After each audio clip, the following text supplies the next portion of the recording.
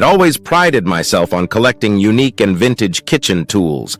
Anything with history, character, something with a story to tell. That's what brought me to that cramped little antique shop in the old district. The air inside was thick with the scent of dust and memories long forgotten. There, tucked away behind mismatched pots and tarnished silverware, I found it. A heavy cast-iron sausage grinder. The owner, an old man with sunken eyes, seemed almost reluctant to sell it. He mumbled something about its strange history, but I was too taken by its craftsmanship to care. It was a piece of history, a connection to the past, something that could bring my dishes to life in ways no modern appliance ever could. And for the price, it was a steal. The drive back to my restaurant was uneventful. The city streets passed by in a blur, but I couldn't shake the sense that I wasn't alone. Maybe it was the rain pattering against the windshield or the weight of the grinder on the seat beside me, but something felt off. Back at the restaurant, I wasted no time setting it up. It fit perfectly on the counter, almost as if it had always belonged there. I wiped it down, running my fingers over the intricate details on its base. The metal felt cold, far colder than it should have been, but I brushed it off, chalking it up to my excitement. That night, I decided to put it to use. I had a new sausage recipe I was eager to try. As I fed the meat into the grinder, I marveled at how smoothly it worked, considering its age. The grind was perfect, fine and consistent. But then, something strange happened. The handle jerked in my hand, just slightly at first. I paused, thinking maybe I'd hit a tough spot in the meat, but there was no resistance. It happened again, more violently this time. I could have sworn I heard something. A whisper, faint, almost imperceptible, like the wind through a crack in the window. I stopped grinding, my hand frozen on the handle. The kitchen was silent. My pulse quickened as I strained to listen. Nothing. I shook my head, laughed at myself, and got back to work. But as soon as I turned the handle again, I heard it more clearly. A whisper. A woman's voice. I dropped the meat and backed away, heart racing. I told myself it was just my imagination, but the whisper lingered in my mind. Help me, sleep didn't come easily that night. Every time I closed my eyes, I saw flashes of a woman's face, her eyes wide, mouth open in a silent scream. I woke up drenched in sweat more than once, but every time I convinced myself it was stress. I was overworked, pushing myself too hard. The next day, I went back to the restaurant, determined to shake off whatever fear had taken hold of me. I busied myself with prep work, making sure everything was perfect before opening. But I couldn't stop glancing at the grinder. It sat there innocuous, but somehow watching. As the day went on, the whispers grew louder. I tried to ignore them, telling myself it was just stress. But by the time I closed the restaurant that night, they were deafening. I couldn't stand it anymore. I yanked the grinder from the counter and shoved it into the basement, locking the door behind me. The whispers stopped. Finally, silence. But that night, the dreams returned, more vivid, more terrifying. In them, I was standing in a factory, surrounded by the clanking of machinery and the stench of something foul. I looked down to find my hands covered in blood, the ground beneath me sticky with it. And then I saw her. A woman, her face twisted in agony, reaching out to me, her fingers stained red. She mouthed the words again. Help me, I jolted awake, gasping for breath, my heart hammering in my chest. But something wasn't right. The room was cold, colder than it should have been. I glanced at the door to my bedroom. It was slightly ajar, though I was sure I had closed it. And then from the hallway I heard it. The grinding of metal, slow, deliberate, and unmistakable. The whispers had followed me home. I sat up in bed, the grinding noise echoing down the hallway, each metallic clank rattling my bones. My breath caught in my throat, paralyzed between disbelief and terror. It had to be a dream. There was no other explanation. But the cold creeping into my skin told me otherwise. I forced myself out of bed, every instinct screaming for me to stay put. The sound of the grinder grew louder as I stepped into the hallway. I stood there for a moment, my hand hovering near the light switch. Flicking it on should have brought comfort, but as the dim glow filled the hall, the shadows only seemed to grow darker. The basement door loomed at the far end, slightly ajar, the faint grind of metal still coming from behind it. The grinder was down there. I'd locked it up, shoved it away, yet now it sounded like someone was using it. I moved toward the door, feeling every creak of the floorboards beneath me. My heart pounded harder with each step. The grinding noise slowed, like it was aware of me, as if it was waiting. With trembling hands, I reached for the basement door and pushed it open. A gust of cold air rushed past me, sending a shiver down my spine. The light from the hallway barely reached the top of the basement stairs, the rest swallowed by darkness. The grinding stopped. Silence. I stood at the top of the stairs, staring into the void below, waiting for something, anything to happen. When nothing did, I took a deep breath and descended. The basement smelled damp like old wood and forgotten spaces. I felt for the light switch on the wall, and the bare bulb above flickered to life, casting an eerie glow over the room. The grinder sat exactly where I had left it, untouched. But I wasn't alone. At first I thought my eyes were playing tricks on me, but then I saw it. Her. A figure standing in the corner of the room, barely visible in the dim light. She was pale, her skin waxy, almost translucent, and her clothes clung to her frame like they'd been soaked in something thick and foul. She stood with her back to me, her head bowed as if listening for something. My breath hitched as I stumbled backward, my back hitting the wall with a soft thud. I must have made a sound because she moved. Slowly, she turned her head, just enough for me to see her face. Her eyes were hollow, black pits void of anything human. But her mouth, it was stretched wide in a grotesque grin, lips cracked and stained red. Blood. Before I could scream, she lunged. I scrambled up the stairs, slamming the door behind me, my mind racing. What did I just see? Was this some twisted hallucination, the result of stress or fatigue? I didn't know, but the sight of her haunted my every thought. That night, the whispers returned, louder, more insistent. Asterisk, asterisk, help me, dot, asterisk, asterisk, the voice. Her voice echoed in my mind, wrapping around my thoughts, suffocating any chance of rest. I couldn't go back to the restaurant. The grinder, it was connected to her, to whatever I had seen. Days passed, and I tried to carry on, but the grinding followed me everywhere. In my apartment, in the streets, even when I stood in the shower with the water blasting against my ears. It was always there, like the sound had embedded itself into my skull. I needed answers. I couldn't take it anymore.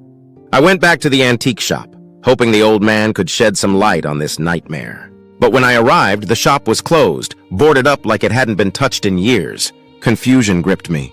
I had just been there a week ago. A local walking by noticed my bewildered expression and stopped. "That place has been shut down for over a decade," she said, eyeing me warily. "That's impossible," I stammered. "I was just in there. I bought something." Her face hardened. "You must be mistaken. The man who ran it. Well, he died a long time ago. Murdered, actually. Some say his ghost still haunts this place." A chill crawled down my spine. I felt nauseous, my mind reeling. The grinder, the whispers, the woman in the basement. Was I losing my mind? Back at the restaurant, I stood outside, staring through the window at the darkened interior. It looked so normal from the outside, so peaceful. But I knew better. I had to go back in. I had to face whatever it was. The moment I stepped inside, the temperature dropped. The familiar grinding sound returned, but this time it wasn't coming from the basement. It was closer, much closer. From the kitchen. I walked slowly toward the sound, my footsteps heavy with dread. The kitchen was dark, the only light coming from the dim bulbs above. The grinder sat on the counter untouched, just as I had left it. But this time the handle was moving, on its own. I froze, staring at the impossible sight before me. The grinder turned slowly, methodically, and then it stopped. In the silence that followed, I heard it again. The voice. Only now it was louder, more distinct. Asterisk, asterisk, help me. Find the rest of me, dot, asterisk, asterisk. I swallowed hard, my stomach twisting into knots. I didn't want to know what that meant, but deep down I knew. I wasn't just dealing with a haunting. Something far darker was at play. The kitchen felt like it was closing in on me. The grinder sat on the counter, its handle motionless now, as if it had never moved. But I had seen it turn. I had heard asterisk it. That whisper, those chilling words, echoed in my mind. Asterisk, asterisk, help me. Find the rest of me, dot, asterisk, asterisk. I stood frozen, trying to make sense of it all, but there was no sense to be found. I wasn't dealing with a broken piece of machinery. This was something far more sinister. I forced myself to move, stepping toward the grinder, my feet heavy with dread. There had to be a logical explanation, something I was missing. But as I reached out to touch it, the whisper returned, louder now. Asterisk, asterisk, closer. Asterisk, asterisk. The voice wasn't just in my head anymore. It was coming from the grinder itself. My hand hovered above the cold metal, trembling. I didn't want to touch it, didn't want to be any closer to that voice. But something drew me in, a force beyond reason, compelling me, dot, as soon as my fingers grazed the handle, a searing pain shot up my arm. I jerked back, clutching my wrist. My skin was burning as if I had pressed it against a hot stove. I stumbled backward, my vision blurring with tears of pain. Then I saw it on my palm. An imprint, the outline of a ring. It was faint but unmistakable. A wedding band, but I wasn't wearing one. The whispers turned to a low, guttural moan, filling the room, vibrating through the walls. I staggered, trying to catch my breath. I couldn't stay here. Whatever was happening was getting stronger. I needed to leave. Now! I turned to flee, but before I could take a step, a loud crash erupted from the basement. The sound was like shattering glass, sharp and piercing. I froze, my heart pounding in my chest. The basement, the grinder, the woman. I had locked it away down there, but I had only buried the problem. Whatever had followed me home wasn't done with me yet. And I knew, deep in my bones, that I couldn't outrun this. I had to face it. Gripping the banister, I made my way toward the basement door. It was open again, wide this time, as if welcoming me. The stairs creaked beneath my feet as I descended into the cold darkness. The air was thick and oppressive, almost suffocating. At the bottom of the stairs, I saw it. The grinder had somehow moved. It was no longer where I had left it. Now it sat in the center of the room, surrounded by a circle of broken glass. The light bulb above flickered erratically, casting long shadows that danced along the walls. But it wasn't the grinder that made my blood run cold. It was her. She was there, standing just beyond the circle of glass. Her figure was clearer now, more solid but somehow more grotesque. Her skin was pale, almost blue, and her eyes, those hollow black eyes, bored into me. Her mouth was still stretched in that awful grin, but now blood dripped from the corners of her lips. And in her hand, she held a bone, a human bone, small and cracked, as if it had been gnawed on. My stomach churned and I nearly gagged. But before I could react, she moved. In a blink, she was right in front of me, her icy breath brushing against my skin. Her voice was a rasp, guttural and wet. "Find the rest of me." My legs buckled and I fell to the ground, scrambling backward. The glass sliced into my palms, but I barely felt the pain. The thing towered over me, its bony fingers outstretched. He took me, piece by piece. "You must find them." I tried to speak, to ask what she meant, but no words came out. My throat was tight with terror.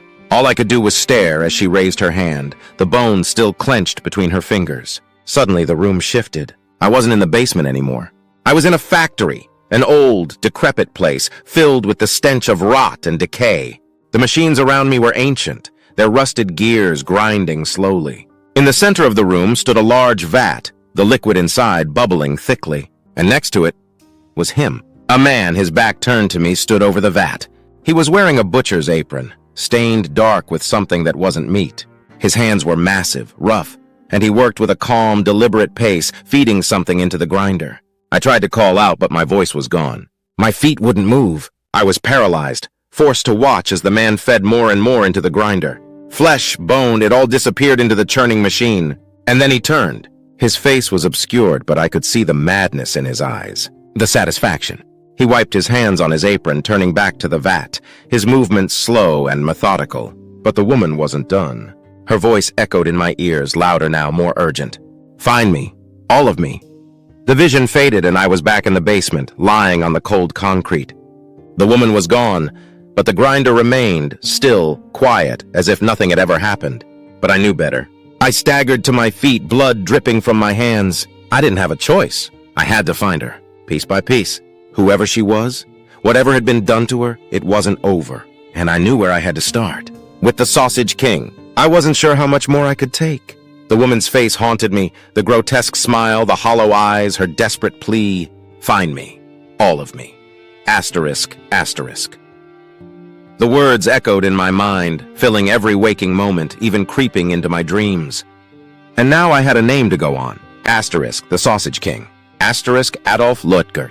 The infamous Chicago sausage maker who had been accused of murdering his wife and dissolving her body in a vat at his factory over a century ago. The more I researched, the clearer it became. The woman haunting me was Luetgert's wife, Louisa. Her spirit had been trapped, seeking justice for what had been done to her. But why had she come to me? It didn't matter anymore. What mattered was setting her free. I had a plan. It was reckless, dangerous even, but I had no other choice. I had to go back to the basement, back to the grinder, and finish what had been started. I spent the next few days gathering information, learning everything I could about the Luetgert case, the factory, and the machinery he used. I found old blueprints of the sausage plant, pictures of the vats, and even some surviving documents from the trial. One night, I couldn't wait any longer. I returned to the restaurant after hours, the streets outside dark and empty. My stomach churned with fear as I approached the basement door, but something inside me, some strange determination, kept me moving forward. The basement was just as I'd left it. The air thick and stale, the grinder sitting ominously in the center of the room. But this time I wasn't afraid. I knew what I had to do. I stepped forward, my heart pounding in my chest. As I reached the grinder, a chill swept through the room, and the light flickered above me. I braced myself, expecting to see her again, but she didn't appear. Not this time. Instead, the grinder began to hum softly, almost as if it was waiting. I took a deep breath and placed my hand on the cold metal. Immediately, I felt the same burning sensation as before, but I didn't pull away. I held on, letting the pain wash over me, knowing this was the key to setting her free. The room began to spin, and once again I was no longer in the basement. I was in the factory, standing beside the vat, the thick bubbling liquid sending up tendrils of steam. And there he was, Luetgert himself, feeding the grinder piece by piece. But this time, something was different. He wasn't alone. Louisa stood beside him, watching. Her face was no longer twisted in agony or trapped in that horrific grin. She was beautiful, her features soft, her eyes filled with sadness but also determination. She looked at me, and I could feel her gratitude, her hope. I knew what I had to do. I stepped forward, reaching into the vat. My hand sank into the thick liquid, and for a moment, I thought I'd lose myself in it. But then my fingers closed around something cold, something solid. I pulled it out. A ring. Her wedding band. The world around me began to shake, the factory crumbling away, the grinder screeching as it slowed to a stop. I clutched the ring in my hand, feeling its cold weight, and then everything went still. I was back in the basement. The grinder was silent. But this time, I wasn't alone. Louisa stood before me, her face calm, peaceful. Her eyes met mine, and in them I saw something I hadn't expected. Relief. She smiled, a genuine soft smile, and for the first time since this nightmare began, I felt at peace. "Thank you," she whispered, her voice no longer the rasping, tortured sound it had been before. It was gentle, almost musical. I held out the ring, and she reached for it, her fingers brushing against mine. As she took it, her form shimmered, becoming translucent, like a wisp of smoke caught in the light. She was free. The air in the basement grew warmer, the oppressive weight lifting from my shoulders. The whispers, the grinding, the nightmares. It was all gone. Louisa gave me one last look, her smile filled with gratitude, and then she faded, dissolving into the air like a soft breeze. The room fell silent, the only sound my own breathing. It was over. I left the restaurant that night feeling lighter than I had in weeks. The weight that had pressed down on me was gone, replaced with a sense of peace. The grinder, once a symbol of terror, now sat quietly in the basement, nothing more than a piece of history. In the days that followed, the restaurant flourished. My mind was clearer, my creativity returned, and the food I produced seemed to have a new energy to it. Customers came in droves, praising the flavors, the atmosphere. And me? I was finally free from the horrors that had plagued me. I'd set Louisa free. I'd given her the justice she deserved. One day, as I stood in the kitchen, a gentle breeze swept through the open window. It carried with it a faint scent of roses, sweet and fleeting. I smiled to myself. Louisa had moved on, and I could too. I glanced at the old grinder in the corner, now just another antique in my collection, and for the first time in a long time, I felt at peace. The nightmare had ended, and in its place, I found something I hadn't expected. A new beginning.